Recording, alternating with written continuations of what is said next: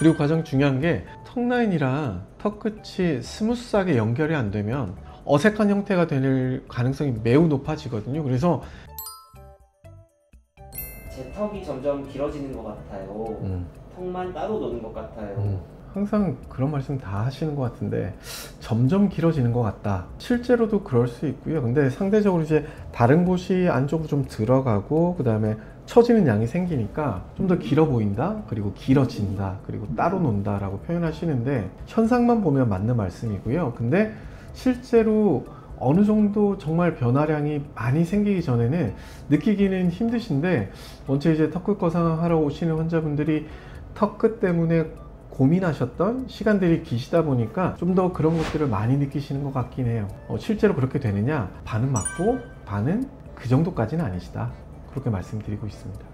원장님, 제가 3년 전에 윤곽 수술을 하고 뭔가 모양이 마음에 안 들어서 필러 시술을 좀 추가적으로 진행했는데 이래서 턱이 길어지는 거 아닌가요? 대부분은 움직일 때 특징적인 모양이 있으시거든요. 정말 뼈랑 근육 때문에 문제가 있는 거면 움직일 때 좌우로 움직임이 많이 생겨요. 근데 필러 때문이면 주로 아래쪽으로 움직임이 많이 생기기 때문에 저는 그 차이 가지고 우선 설명을 드리고, 이게 막 혼재되어 있다 이러면은 수술을 통해서 좀 더 확실하게 확인해서 말씀드리겠다, 이렇게 설명드리고 있습니다.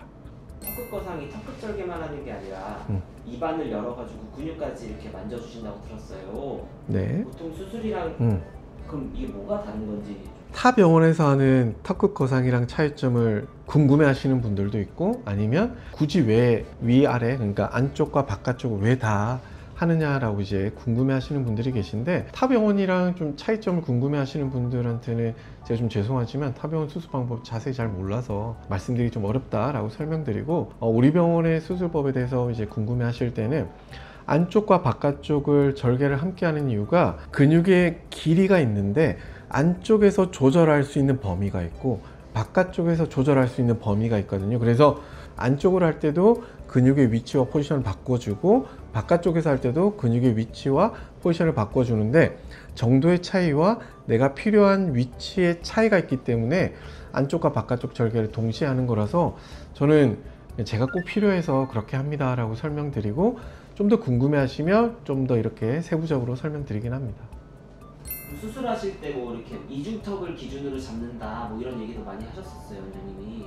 이중턱이 아니고 이중턱이 생겨나 있는 위치와 턱 라인 이용해서 턱 끝까지 이렇게 스무스하게 연결이 꼭 돼야 되기 때문에 기준선이 이중턱은 아니죠. 턱뼈 아랫각이라고 보통 저는 설명드리는데 턱 라인이라고 생각하시면 좀 더 편할 것 같습니다. 턱 라인이 이렇게 이제 귀에서부터 각을 따라서 턱 끝까지 이렇게 진행할 때 여기서 약간 아래쪽으로 갈 것인가, 약간 위쪽으로 갈 것인가, 플랫하게 갈 것인가, 이걸 결정을 해야죠. 그래서 환자분이 턱 끝에 있는 그 길이감, 그리고 인중과의 이제 조화로움, 그러니까 길이의 이제 비율이죠.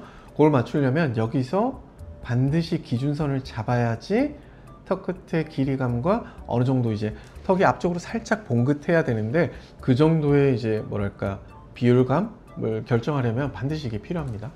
그리고 가장 중요한 게 저기 보면 턱 라인이랑 턱 끝이 스무스하게 연결이 안 되면 자연스러운 느낌? 내 턱 끝의 모양이다 라고 생각할 수 있는 그런 모양이 안 나오기 때문에 이 기준선이 없는 상태에서 턱 끝이 만들어지면 어색한 형태가 될 가능성이 매우 높아지거든요. 그래서 이 기준선이 없으면 턱 끝의 모양이 아무리 바뀌어도 우리가 원하는 좀 자연스럽고 이쁜 형태로 가기는 조금 어렵지 않나, 저는 그렇게 생각해서 저 기준선이 항상 필요하다고, 그리고 되게 중요한 부분이라고 저는 생각합니다.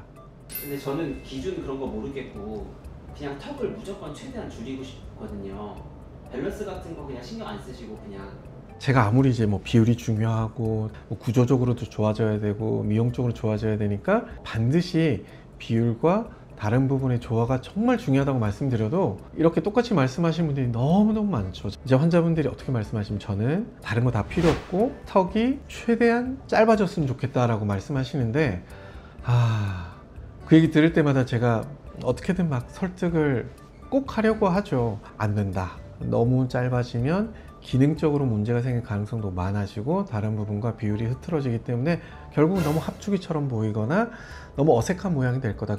대부분은 제가 이렇게 설득하고 제가 모양을 이제 구체적으로 어떻게 변할 거다, 그리고 사진, 그리고 실제로 손으로 잡아드리는 모양으로 대부분은 설득이 되시는 경우가 꽤 있긴 하죠. 그런데 한 가지 꼭 유념하셔야 될 게 하나가 있는데, 대부분은 내 턱이 내가 원하는 것만큼 짧아지지 않았다라고 말씀하시는 분들이 턱뼈가 이제 길거나 원래도 긴 상태에서 뭐 뼈를 뭐 자른다든지 아니면은 후퇴를 해서 최대한 넣었는데 겉으로 보이는 모습이 짧아지지 않은 것 때문에 수술을 결정하시는 거거든요.